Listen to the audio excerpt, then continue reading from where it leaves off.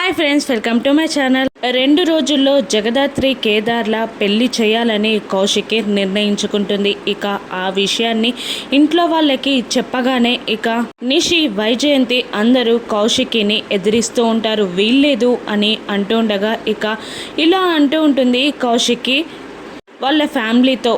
ఎవరు ఒప్పుకున్నా ఒప్పుకోకపోయినా పిన్ని 2 రోజుల్లో కేదార్ దాత్రిల పెళ్ళి మనందరి ఆశీర్వాదాలతో జరుగుతుంది అని అంటూ ఉంటుంది కౌశికి. ఇక వైజయంతి కోపంగా కౌశికి దగ్గరికి వచ్చి, నువ్వు 2 రోజుల్లో పెళ్ళి మాత్రం చేయగలవమ్మి, కానీ మా అందరి ఆశీస్సులు మాత్రం వాళ్ళకి దక్కవు. మేమెవరము కూడా ఆ పెళ్లి పనుల్లో పాలు పంచుకోము. ఒక్కదానివే వాళ్ళ పెళ్ళి ఎలా చేస్తావో మేము కూడా చూస్తాము అని అంటూ ఉంటుంది వైజయంతి కౌశికిని. ఇక కౌశికి మనసులో ఆలోచిస్తూ ఉంటుంది.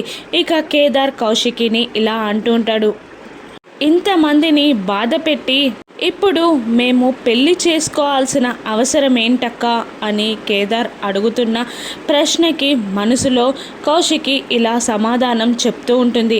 యువరాజ్ జైలు నుండి విడుదల అవ్వకముందే కేదార్ దాత్రిలా పెళ్ళి జరిగిపోయి కేదార్ ఈ ఇంటి వారసుడిగా నిరూపణ అవ్వాలి. లేదంటే యువరాజ్కున్న కోపానికి ఎవరిని ఏం చేస్తాడో తెలీదు అని కౌశికి మనసులో అనుకుంటూ ఉంటుంది. ఇక కౌశికి ప్లాన్ ప్రకారం జగదాత్రి కేదార్ల పెళ్లి చేసి కేదార్ని ఆ వజ్రపాటి ఇంటి వారసుడిగా రుజువు చేయగలదా? యువరాజ్ ఏం చేస్తాడు?